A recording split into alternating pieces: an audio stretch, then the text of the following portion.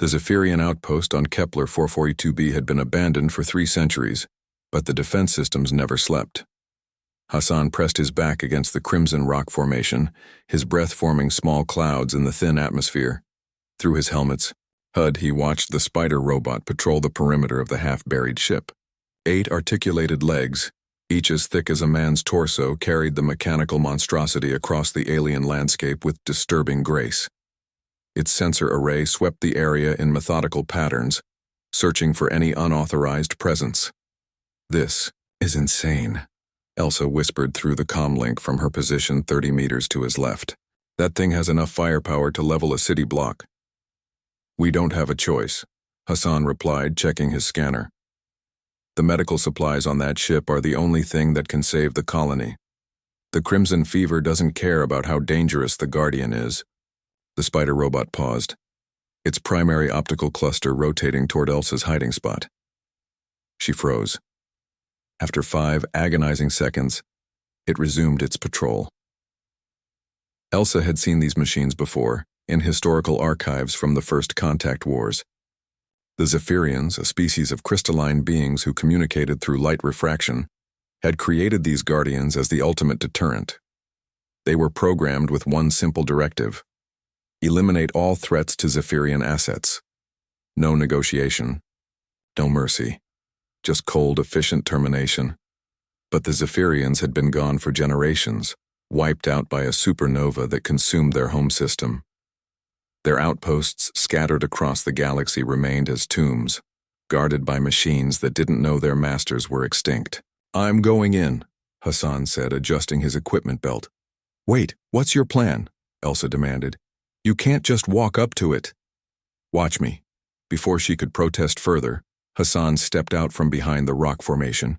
His boots crunched on the rust-colored sand as he walked deliberately toward the spider robot. The machine's sensors locked onto him immediately. Warning lights flared along its carapace, bathing the landscape in pulsing red. Its weapon systems hummed to life: plasma cannons, pulse rifles, and something that looked disturbingly like a molecular disintegrator. "Hassan, get back!" Elsa screamed. But Hassan kept walking, his hands raised, palms open. The spider robot's legs tensed, ready to pounce. Energy coils wrapped around its weapons began to glow white-hot. 50 meters, 40, 30. The robot's vocal synthesizer crackled to life, speaking in ancient Zephyrian, a language of harmonic frequencies that Hassan's translator struggled to process. "Halt. Unauthorized biological detected termination protocol initiated. 20 meters. Elsa raised her plasma rifle, knowing it was futile but unable to watch Hassan die without trying something. Her finger hovered over the trigger. 10 meters. The spider robot reared back on its hind legs, weapons trained on Hassan's center mass. Point-blank range. Impossible to miss. In 0.3 seconds, he would be atomized. Hassan stopped walking. He looked up at the towering machine, at the glowing weapons. That would end his life, and he did something that made Elsa's heart stop. He smiled. Then, in a clear, steady voice, he said 3 words. "They're all dead." The robot froze. Elsa watched, hardly daring to breathe, as the machine's weapons began to power down. The red warning lights faded to amber, then yellow. The spider robot slowly lowered itself back onto all 8 legs. What did you just do?" Elsa whispered. Hassan didn't turn away from the robot. He continued speaking, his voice gentle now, almost sad. "The Zephyrians, your creators, the ones you've been guarding this ship for, they're gone.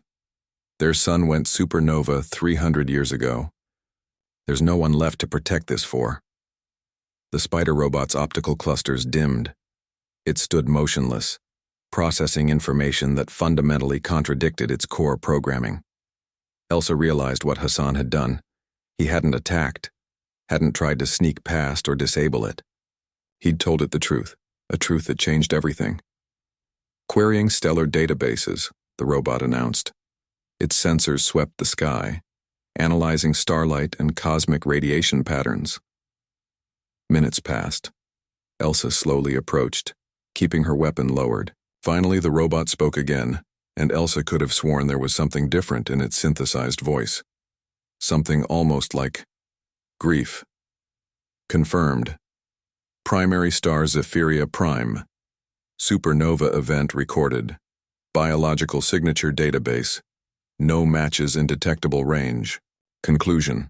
Creator species extinct. The massive machine seemed to sag, its weapons retracting fully into its armored body. Primary directive obsolete. Secondary directive obsolete. Tertiary directive. It paused. Undefined.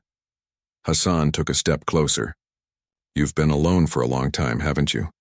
Just following orders, protecting something for people who would never return. Affirmative. We need the medical supplies on that ship, Hassan continued.